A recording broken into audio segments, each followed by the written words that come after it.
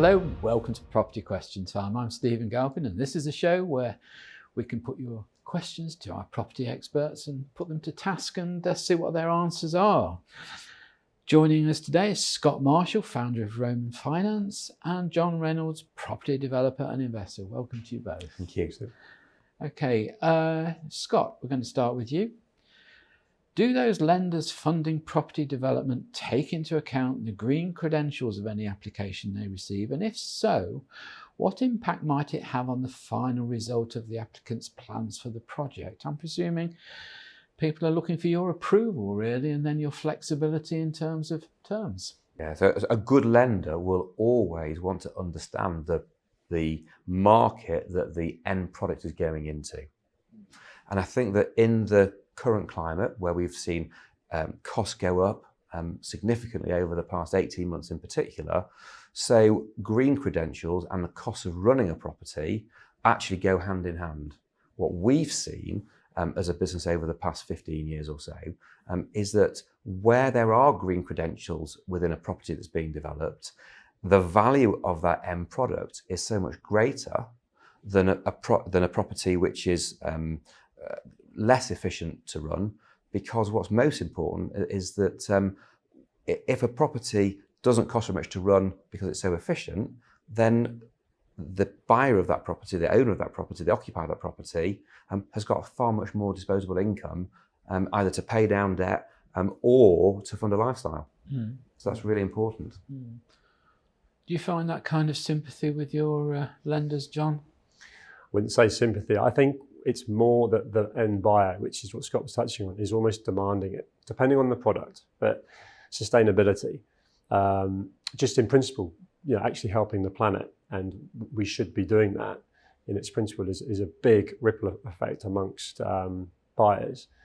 And then ultimately making sure the product matches that. So I think lenders and developers are very much joined on that, just making sure that we're all aligned on the product itself. Let me just ask you both, really. The trouble is with all this is that if we remember sort of 6 years ago, we were all told to buy diesel cars, weren't we? Yeah. Now, are all these innovations that we're putting into buildings on the green ticket, do they work? Are they tried and tested? I think a good example of that, I refer back to the good old EWS1 form, where that was brought in to protect. RICS brought that in to protect the lenders. They were just scared of anything that could come back on them after what happened there. We've been through that as a developer, and the amount of materials that have been tested a few years ago that were okay, that are now like, maybe not, and almost vice versa. It's just, what is sustainable? What is actually, just using that one example, a lot of the things that have been fire tested in a different way with a bit of wind, caught fire. So we're in a transition. But you say RICS brought that in. Wasn't that under government guidance that they brought that in? The same government that then said it's now not valid, and RICS said, well, we won't lend if you don't have an EWS1 form. Yeah, and exactly. That's the world we're in. We've made the point that I think developers and good lenders are aligned. Government's not aligned with different authorities that are at war with what is. Which is back to your question. Well, we've had this business, haven't we, of cabinet ministers having sort of 8 or 9 posts within a couple of years. Housing ministers, it's even worse, isn't it? I think we've had about 15 now over the last 5 or 6 years. And I mean, how are you going to get any consistency of policy while that's going? Well, you're talking politics now, and I've said it before. You need to be Prime Minister, then the whole world changes. Yeah. I think, though, John, you have to be elected. I know. Well, you've got my vote. It's consistency. Might be a slight catch there. Yeah. Joking aside, consistency is causing us so many problems, or the lack of it. But I mean, I was watching a programme the other night about they've converted a village, haven't they, to a particular type of, is it hydrogen gas? Yeah. Whitby in Cheshire. Yeah, and the people there are saying, well, we don't want it. People are admitting that the cost of producing this particular kind of pure hydrogen is far too much anyway. So why are we doing it? I mean, it's just again a government whim, isn't it? Yeah. But there's a danger, isn't there, that it costs too much. But is that then ultimately the right way to go? And then we've got electric cars. You mentioned diesel and petrol.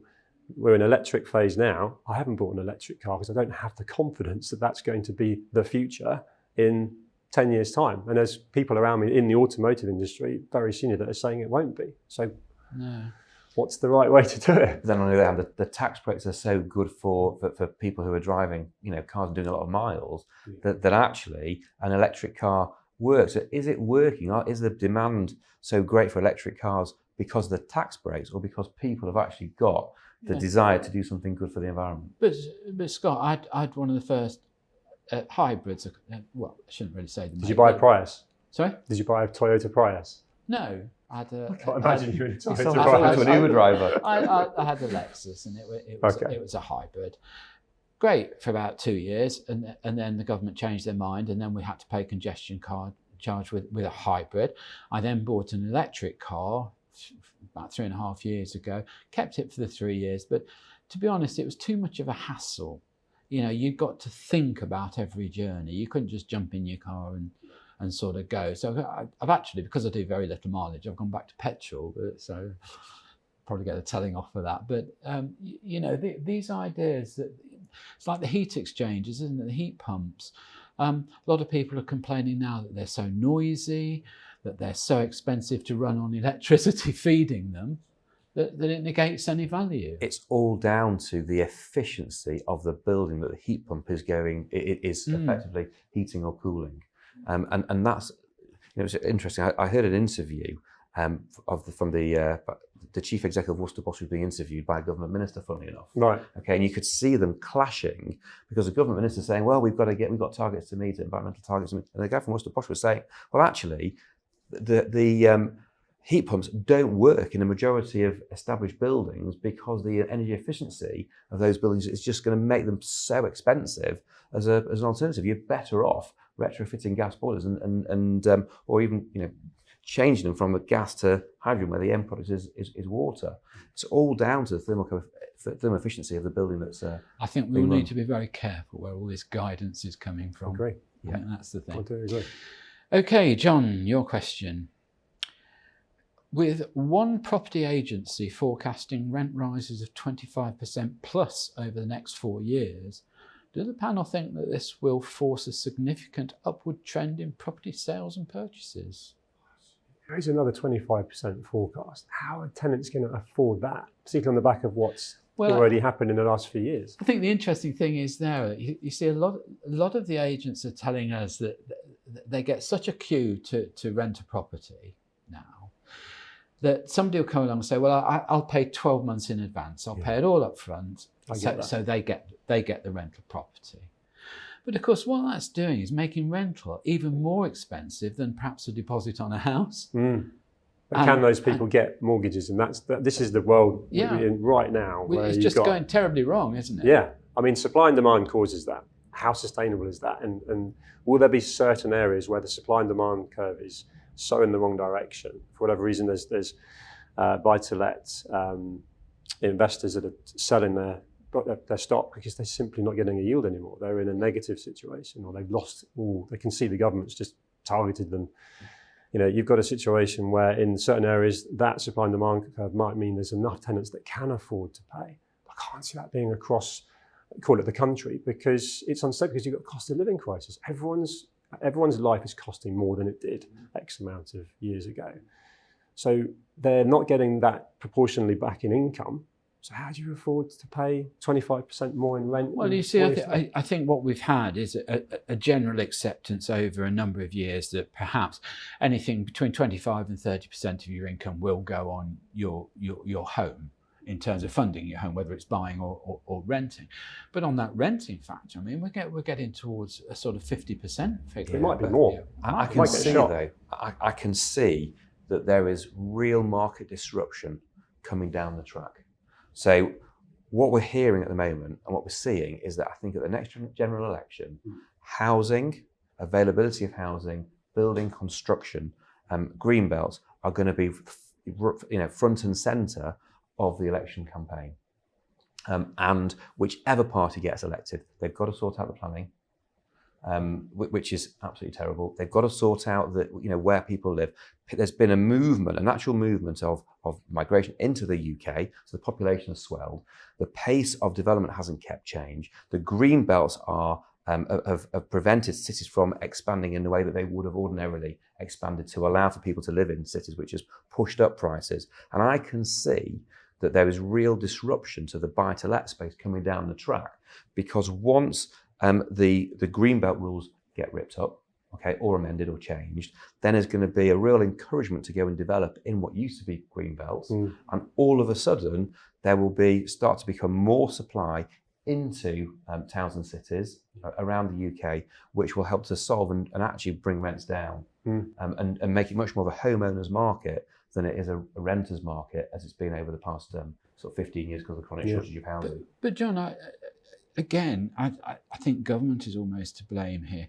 For instance, we get daily in the news now this business of £7 million a week we're spending on bed and breakfast for people that have come to this country for whatever reason. Okay, how many flats would £7 million, i.e. £28 million a month, build?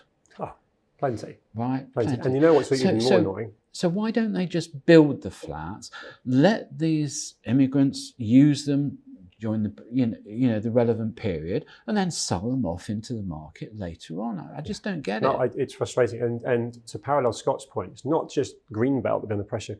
We've got brownfield sites. We've got areas we could regenerate. The high streets typically are broken now. Yeah. There could be so much more effort going into existing buildings and areas that could be redeveloped into really functional community hubs and housing people that need it, with all the amenities around.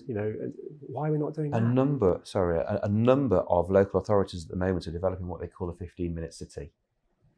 Okay, where a person lives in a town or city urbanisation conurbation, and everything is within 15 minutes walking distance of where they live. A doctor, a dentist, a school, a hospital. And therefore, if you've got everything within 15 minutes walk, you don't necessarily need a car. No.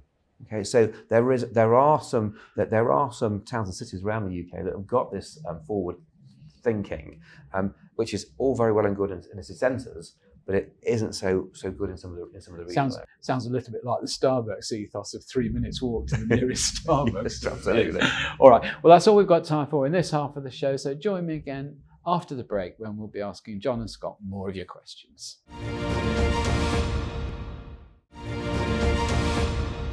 Hello and welcome back to part 2 of Property Question Time with Scott Marshall and John Reynolds. Welcome back, guys. Scott, I'm about to embark on my first development of 6 small apartments on a plot of land upon which I have an option to buy, subject to planning. Could the panel please advise as to at what stage I should approach the lender for the development funds? Do I approach the lender now and have him or her join me on the journey through? So a good lender will always be able to add value to a customer's journey and a customer's project. So the earlier that you engage with a lender, the more time you've got to go and build a relationship with that lender, the more time that you've got to build that know, like, and trust.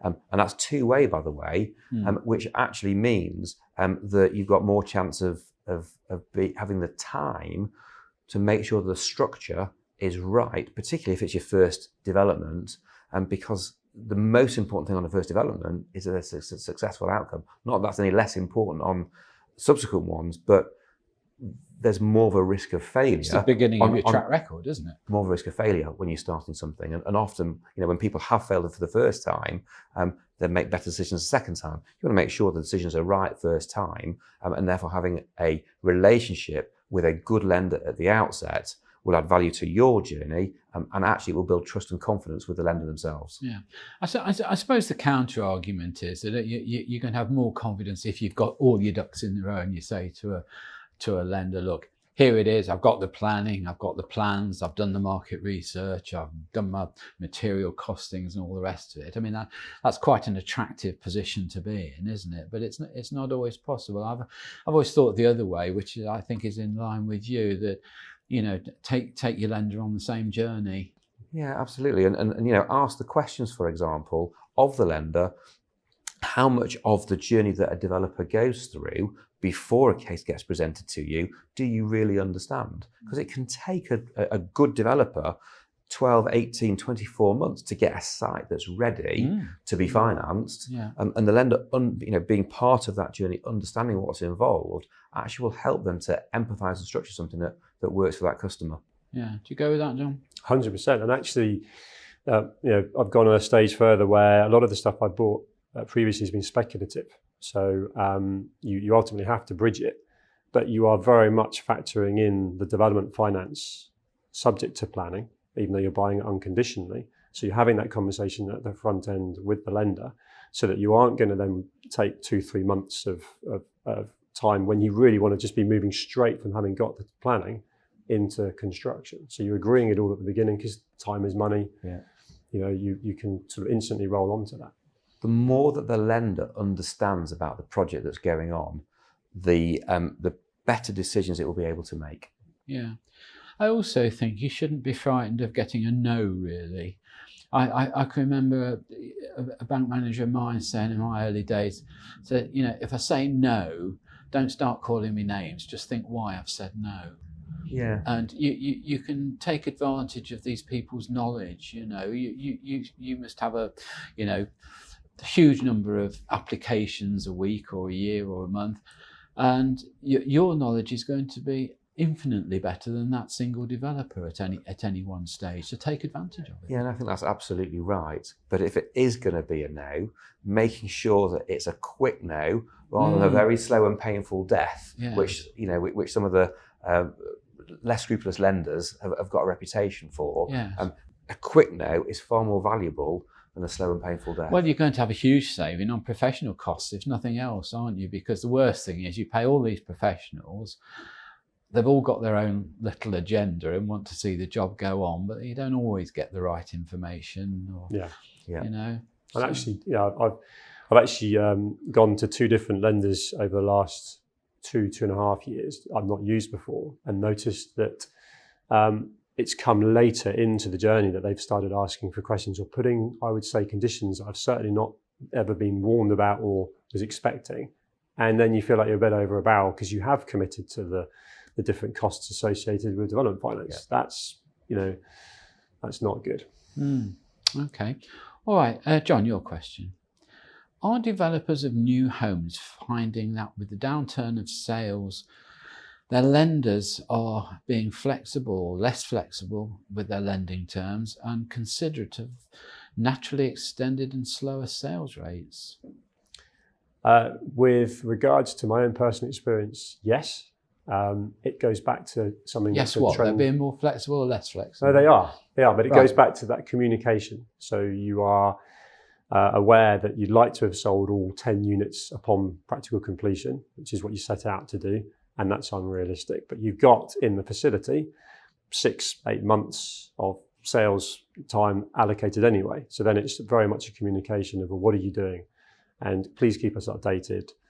On one particular scheme, we've got 2/3 of them sold, and so we're effectively the bank out. So then it's on us. So we've made no money yet, but we've managed to effectively satisfy the bank and so on. So I don't know how it is elsewhere. I know on one particular example, which actually goes back to the EWS1 form issues, one particular lender, which I'll never use again, could not have been less amenable and sympathetic. So they're out there. So I think that's a big part of choosing your lender, making sure it's a relationship, because the moment that we got to a point, and it was very clear we were having issues, as was everyone else, and they were like, right, this is the situation.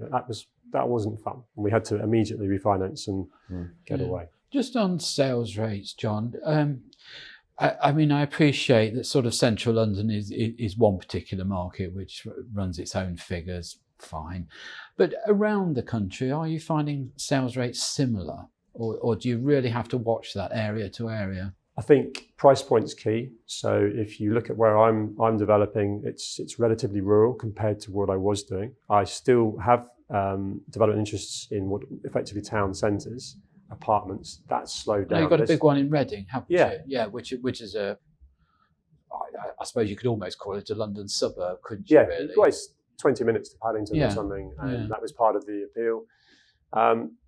I think there's still a hangover with apartments from COVID, that whole needing outside space. And if you haven't got balconies and terraces or a garden, you still have got less people in the market, no question. Really? Yeah, even now.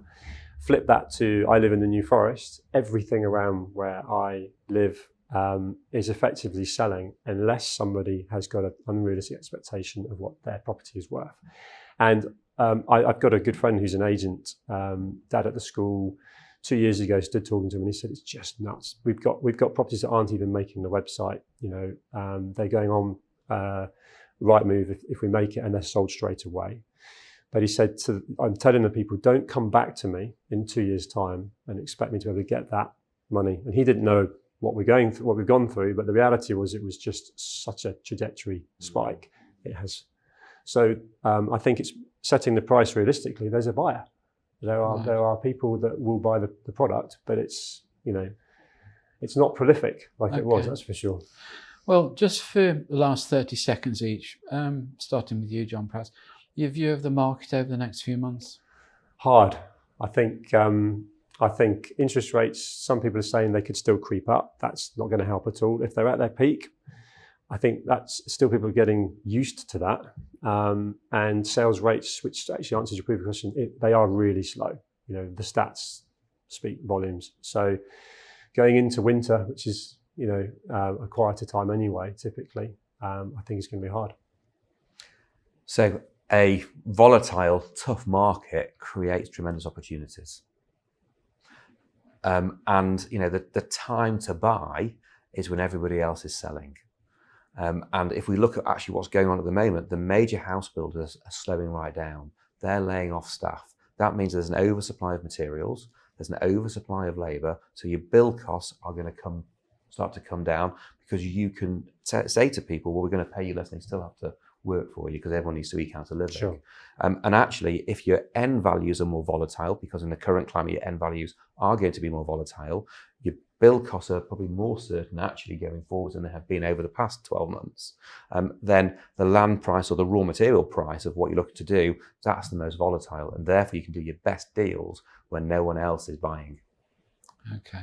But with the building materials, I mean, we've got one or two big developers here that have actually parked their projects and said, we're not going to touch them for 2 years, because if you're doing a £500 million block, you can't afford to get halfway up and have your materials go up 20%. So they're just not going to take the risk.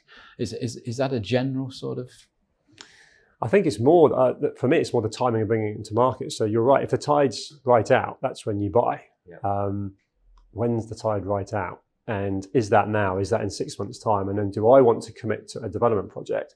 Go through the journey of what you just said, of potentially the material prices fluctuating in the wrong way. I've been through that, but more importantly, bringing them to the market when it's like this, where people are just distracted by politics and poor news, bad news, and because that's not fun. Okay, well, on that note, I'm going to say a big thank you to John Reynolds. Thank you for coming in today, Thanks, John. Thank you. Scott Marshall, thank you for coming in today. Great answers to the questions. Thank you for your information. I'm Stephen Galpin. Join me again next time on Property Question Time. Look forward to seeing you then.